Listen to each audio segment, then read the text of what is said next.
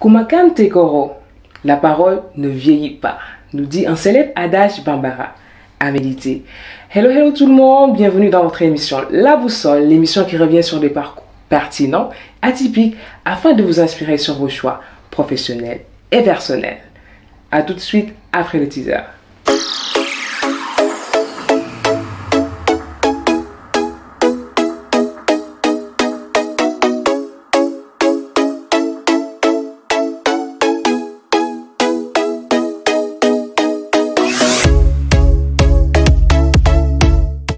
Sous les projecteurs aujourd'hui, Céline Ndior, votre présentatrice, mais je ne suis pas seule. Nous recevons aujourd'hui avec un grand plaisir et honneur une jeune femme exceptionnelle au parcours atypique, une jeune femme pétrie de talent et pétillante qui aime savourer la vie. Elle s'appelle Mariam Koulibaly. Bonjour Mariam. Bonjour Célina. Alors j'avais envie de te dire Iniché aujourd'hui. Ça va, tu vas bien? Ça va, Iniché. Ah merci. Ça veut dire quoi?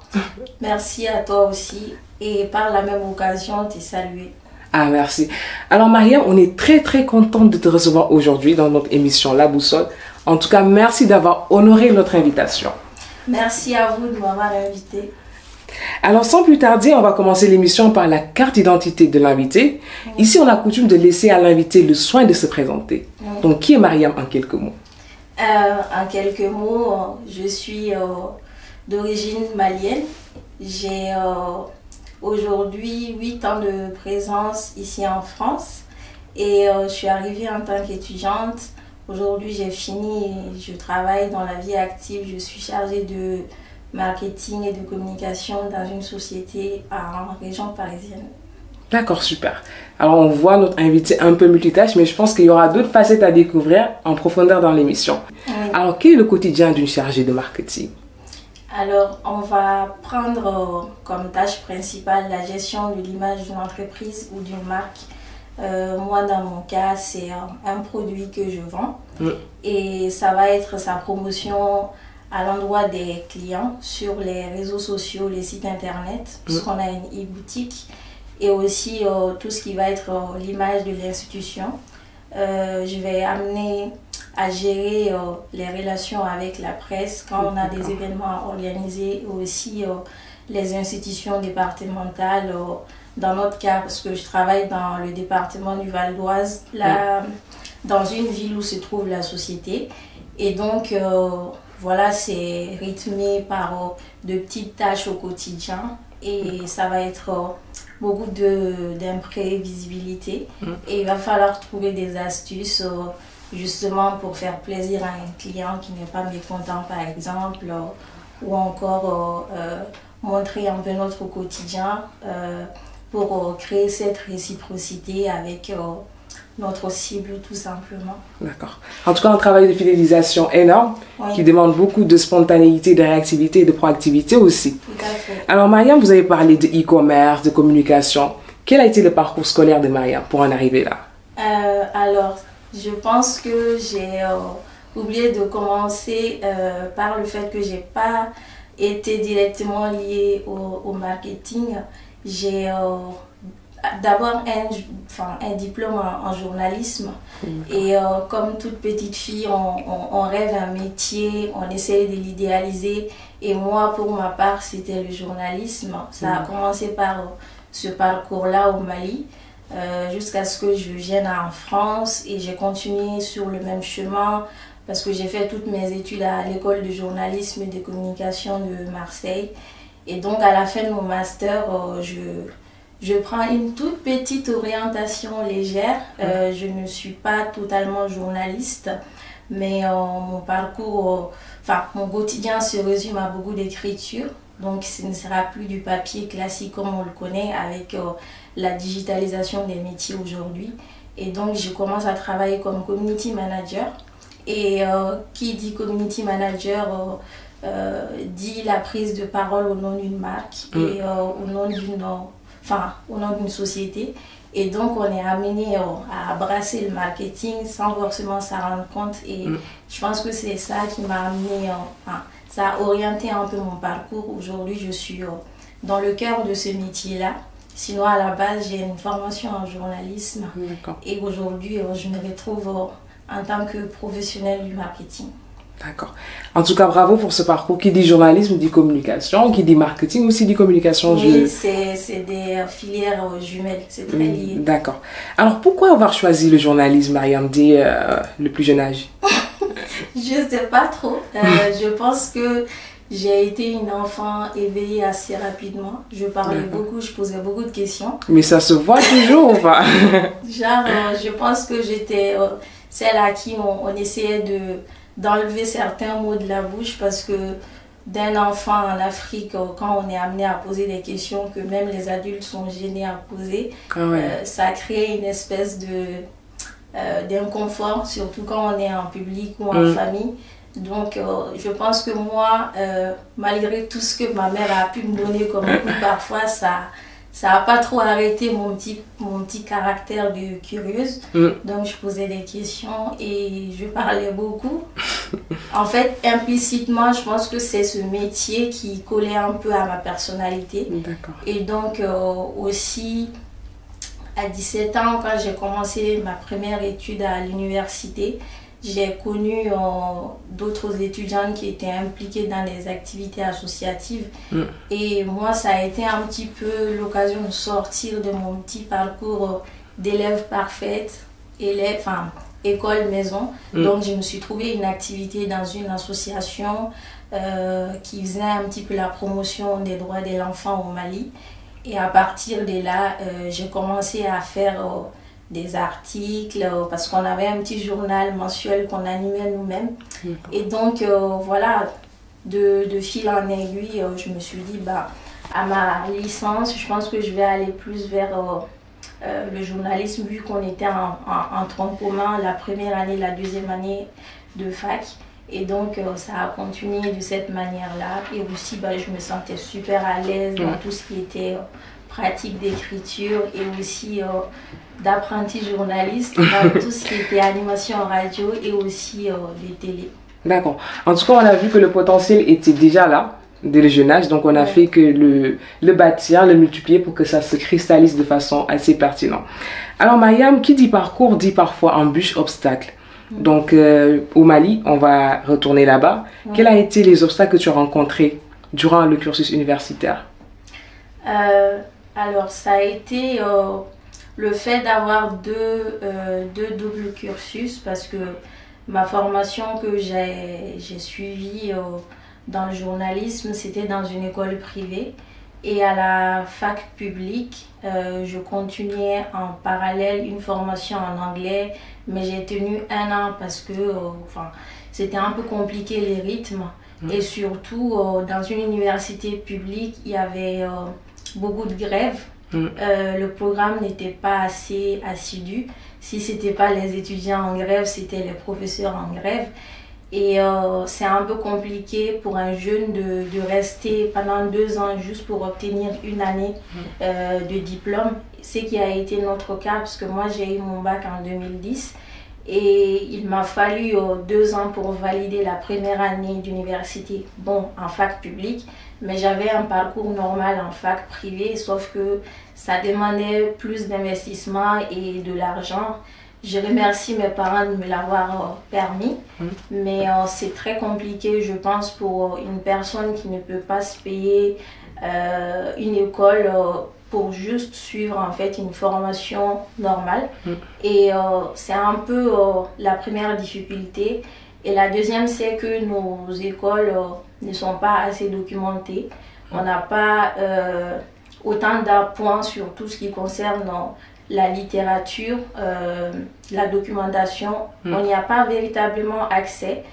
Parfois, on accuse les étudiants, surtout en Afrique, de ne pas être curieux, de ne pas lire. Mais, justement, du coup, même quand on avait cette envie d'aller à la rencontre du savoir, on avait des dispositifs assez limités. Donc, c'est un peu compliqué. Je pense qu'aujourd'hui, on devrait se pencher sur ce côté-là, en tout cas documenter les écoles de plus de ressources, à la fois numériques mais aussi physiques.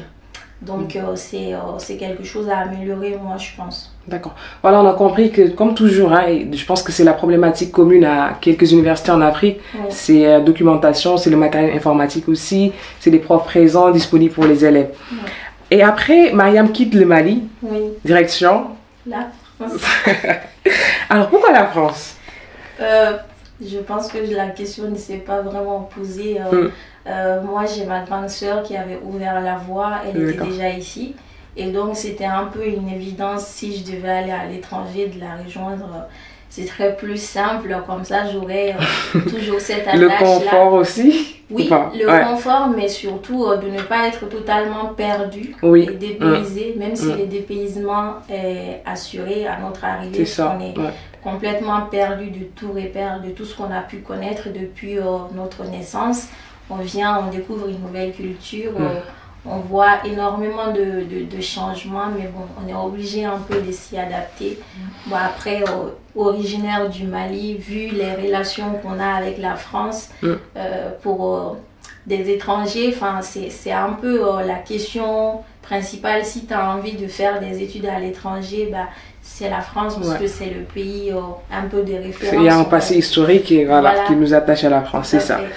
Alors, Mariam arrive en France. Comme tout à l'heure, tu l'as évoqué, avoir rencontré des difficultés dans ton parcours au Mali. Il y a aussi des difficultés en France, ne serait-ce que, j'imagine, l'adaptation, le fait de pouvoir s'intégrer dans la société et aussi pouvoir mener ses études en toute quiétude et dans la réussite. Alors, quels ont été les obstacles pour toi? Je pense que pendant une année, ça a été compliqué parce que moi, je suis arrivée avec une semaine de retard. Bon, ça, limite, on se rattrape assez facilement. C'est surtout de s'imprégner d'un système universitaire qu'on ne connaît pas du tout, qu'on découvre et qu'il va falloir se mettre au niveau que ses camarades français ici.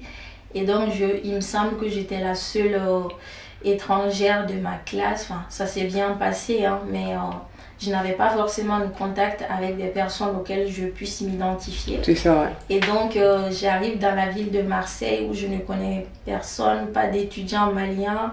Et la plupart du temps, quand on arrive, c'est eux qu'on recherche. Oui, parce que quand les gens arrivent, on recherche sur Facebook l'association des étudiants maliens. On cherche aussi à la cité des associations pour pouvoir s'attacher encore, ne serait-ce qu'à une partie de l'Afrique qui représente ici. Tout à fait. Donc, moi, j'ai eu ce problème-là. Et donc, je pense que au bout d'une année, j'ai commencé à connaître un peu d'autres étudiants de Marseille ici. Et donc, voilà, c'était un peu ça la première difficulté pour moi. Et aussi, le fait que je ne connaisse pas trop les systèmes. J'ai été aussi un peu dans mon coin à un moment donné, tu vois.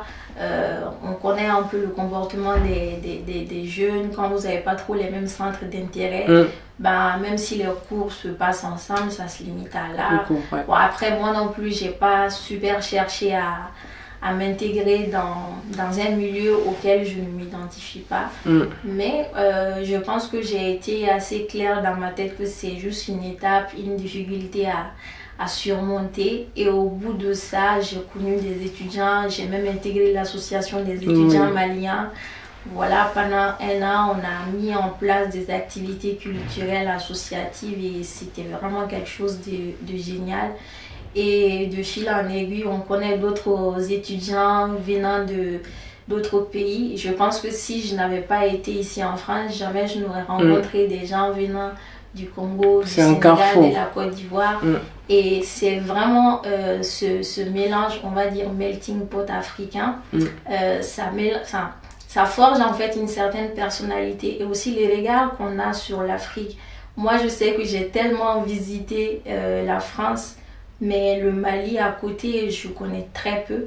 Et c'est tellement paradoxal. Il faut qu'on vienne ici pour qu'on prenne connaissance des valeurs, de nos cultures et aussi surtout de nos pays. On a surtout ces reculs-là de dire mais je connais tout d'ici, mais je connais vraiment pas.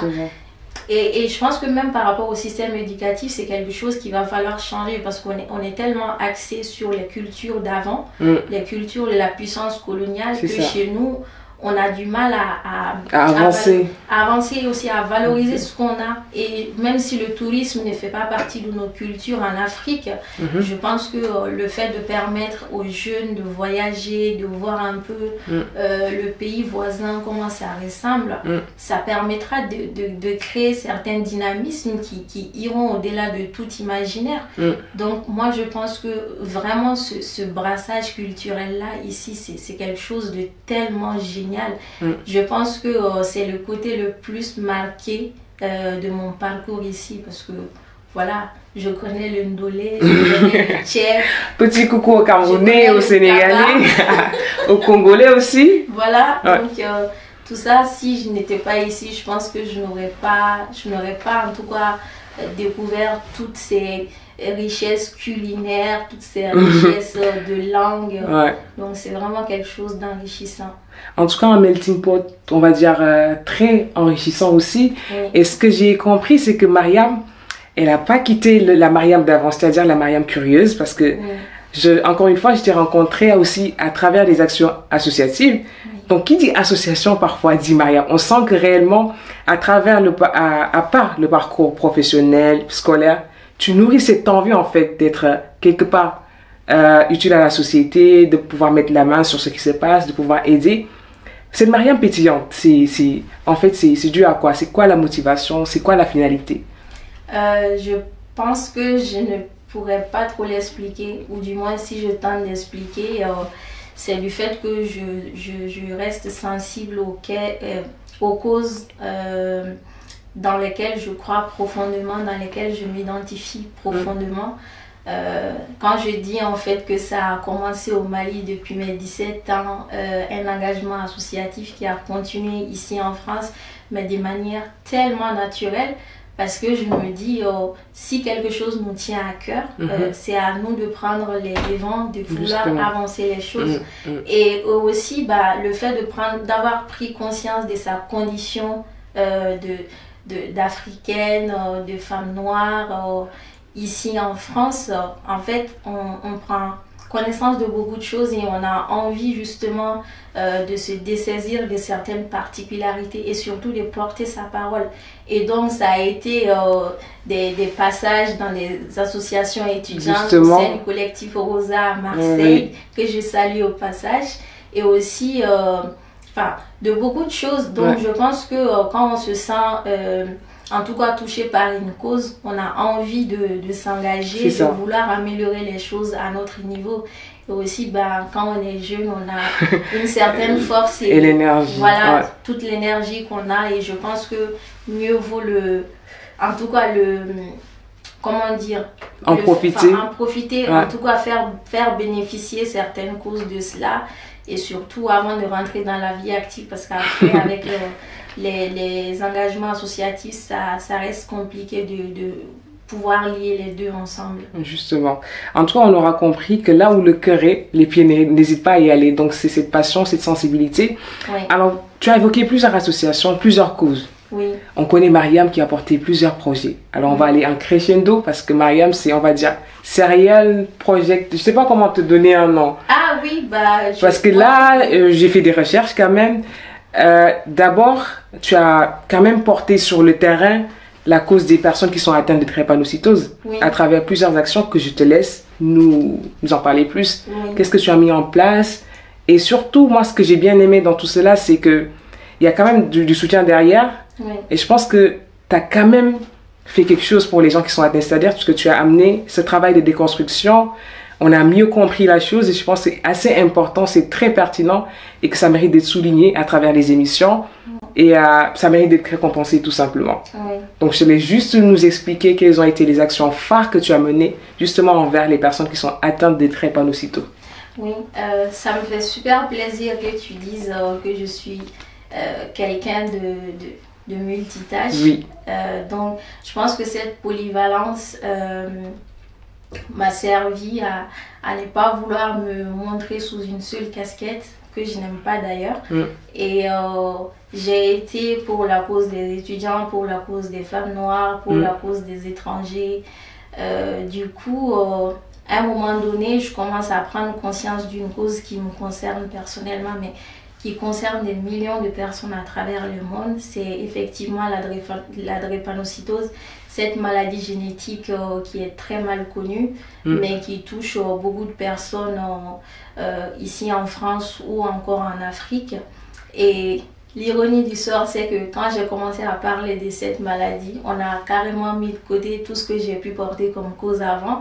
Je suis devenue la fille qui parle de la drépanocytose, mais que ça. Après, ça ne m'a pas dérangée personnellement, même si je trouvais que c'était assez limité dans la définition de ma personne. Moi, j'ai voulu mettre en avant cette cause-là parce qu'on n'en parle pas assez. C'est ça. Et sachant que je suis personnellement touchée par cette maladie-là, je voulais surtout montrer que quand on est touché par une maladie aussi stigmatisée comme est la drépanocytose, je me dis mettre en avant beaucoup de combativité des personnes, ça montre en fait que malgré la maladie, les gens se battent et veulent montrer le positif, tout ce qui est en tout cas tout ce qui va ressortir comme force, et c'est des valeurs que je me sentais en tout cas dans l'obligation de mettre en avant, parce que quand j'ai commencé avec cette première vidéo, je me souviens en 2017, qui a fait un véritable buzz, comme si je m'attendais à ça.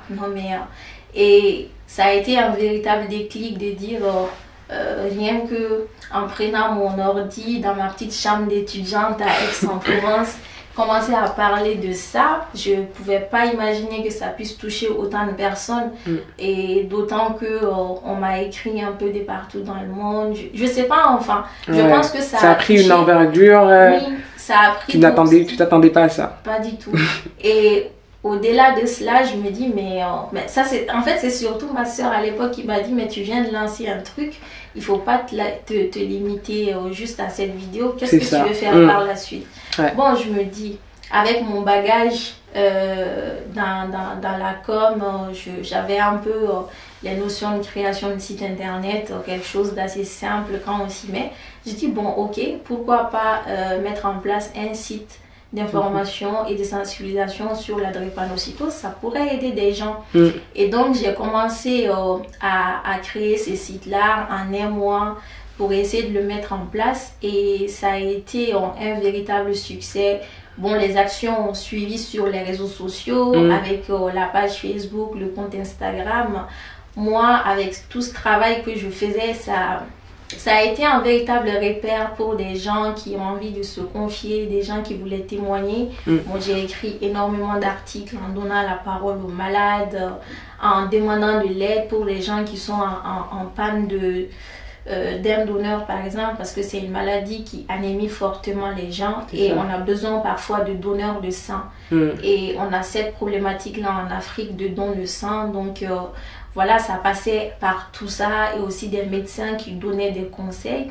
Et donc moi, avec ces petites vidéos, ces petits articles, j'ai vu qu'on a quand même fédéré une grosse communauté aujourd'hui sur les réseaux sociaux, ce qui fait que ça a été ça a été quelque chose de très positif. Des gens qui connaissaient la maladie ou qui en savaient juste un mot, qui ont su à travers la page que j'ai mis en place beaucoup d'informations, ou même ceux qui venaient discrètement pour dire oui, je veux me marier avec telle fille, mais je me suis rendu compte qu'elle est porteuse de la maladie, je ne sais pas quoi faire. Enfin, je me suis retrouvée un peu dans cette casquette de... J'écoute les gens, oui, de thérapeute. J'écoute les gens, j'essaie de donner des conseils comme je le peux. Mais bon, après, j'ai dit, moi aussi, je pars chercher l'information. Je n'en ai pas du tout... T'as pas le monopole de... Voilà. Le monopole absolu. Je n'en ai pas du tout. Donc, moi, je peux donner juste un regard qui soit neutre parce que je ne vis pas la situation. Et c'est quelque chose d'assez compliqué. Et donc, l'appel qu'on lance à travers la page, c'est surtout d'inviter les gens à faire leur test d'électrophorèse, parce que quand on dit maladie génétique, c'est héréditaire. En fait, on hérite de ça, de ses parents, de ses gènes. Donc, il est important que des couples qui veulent concevoir, qui veulent avoir un bébé, puissent avant tout faire ce test-là. et ne pas retrouver face à des problèmes si jamais on a un enfant qui est touché par ça et qu'on ne sache pas quoi faire parce que ça peut être assez dur à vivre.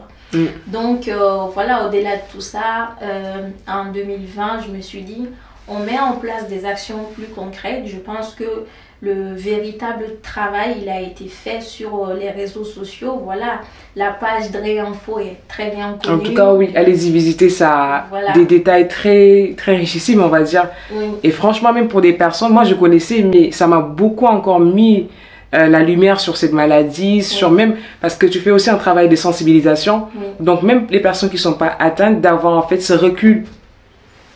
Parce que parfois on a tendance à juger, à laisser passer plusieurs choses, mais on a quand même du recul. Et surtout le point, c'est l'empowerment que tu fais. Parce que je vois des articles que tu publies, tu mets en avant des warriors comme tu les appelles.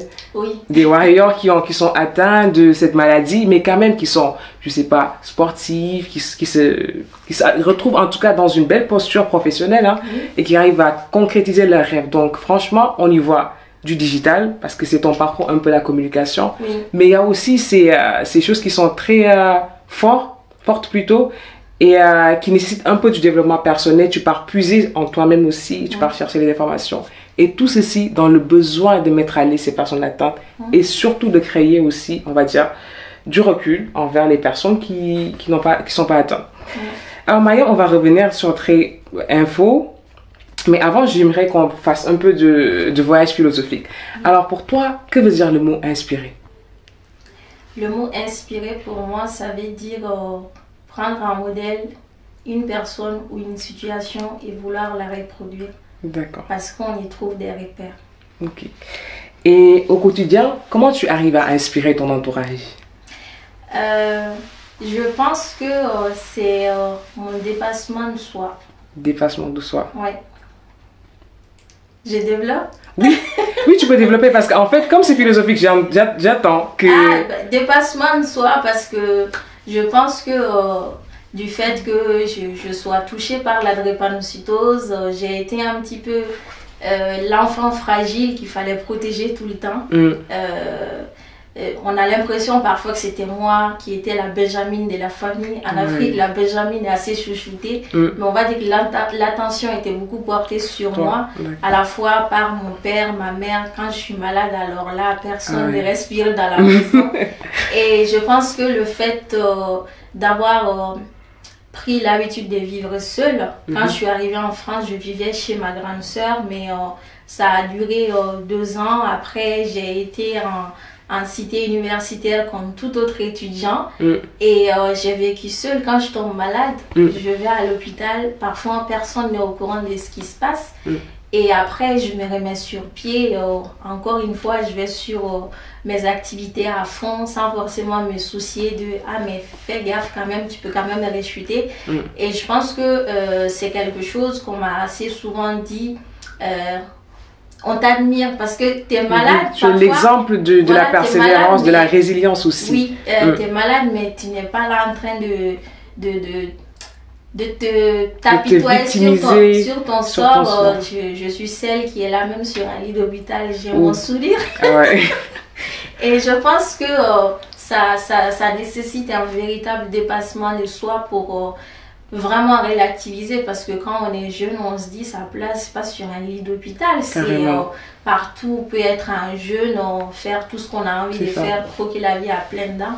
Et moi je pense que je suis cet exemple, même si on a des difficultés on les surmonte et après on croque la vie à pleines dents parce que je passe mon temps à voyager. En tout cas on voit que Mariam est effervescente, pétillante. Alors Mariam, justement tu l'as souligné, c'est le dépassement de soi.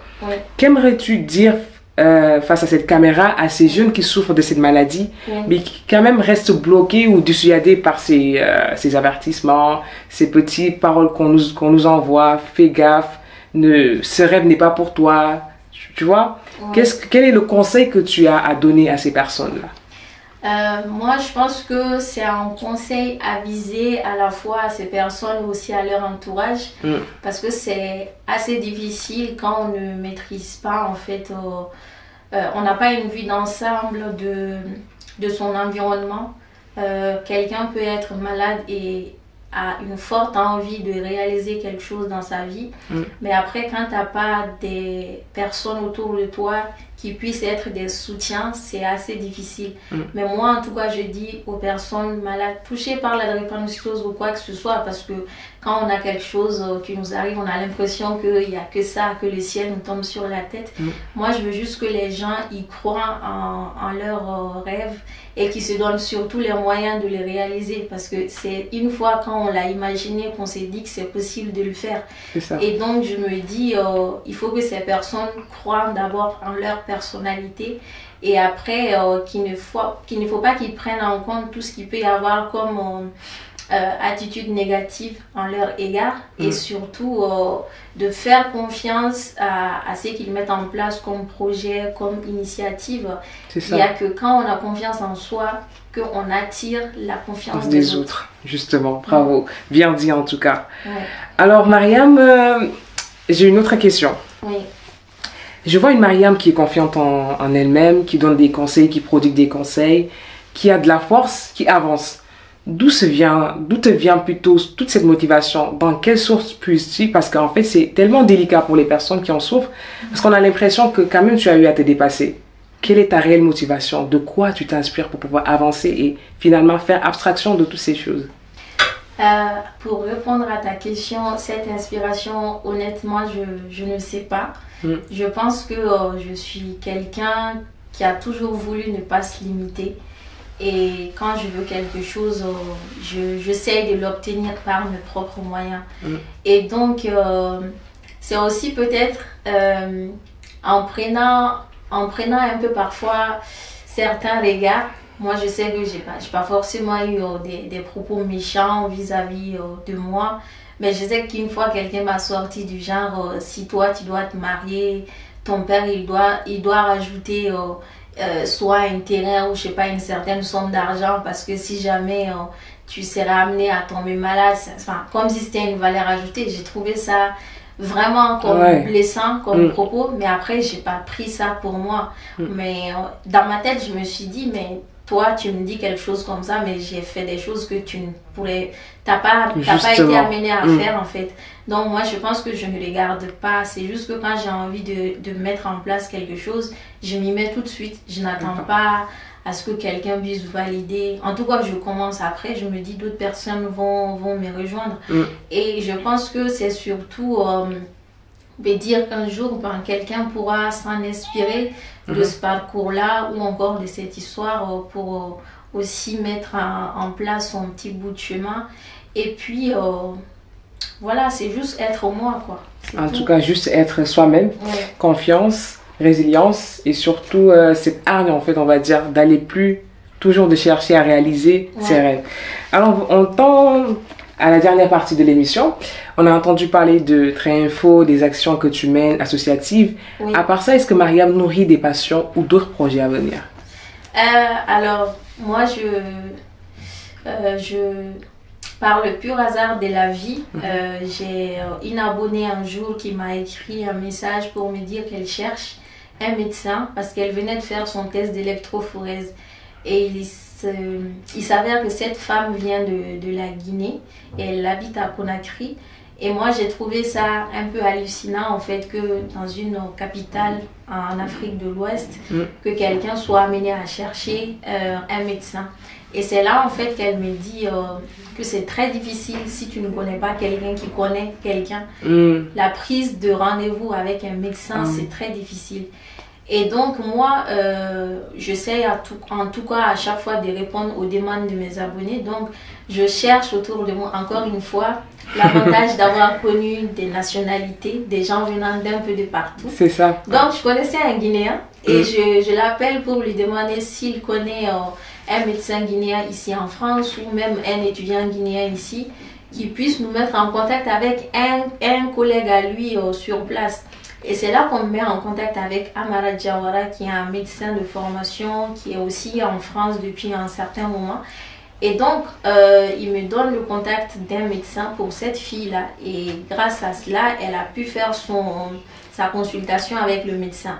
Mais moi, je me dis, parfois on se charrie un peu entre nous, les Africains. Je me dis, mais c'est quel pays aujourd'hui qui ne puisse pas permettre à ses citoyens d'avoir accès à des médecins? Même si on se plaint parfois des soins qui nous sont prodigués, mais on a accès aux médecins. Et il me dit que non, c'est super difficile quand tu es à la recherche d'un spécialiste ou même parfois d'un simple généraliste, c'est pas évident de trouver un rendez-vous. Et donc là, je me dis, mais peut-être qu'il faut mettre en place quelque chose pour essayer de pallier à cela. En tout cas, on voit là, à travers une histoire réelle, et qu'il y a un véritable besoin.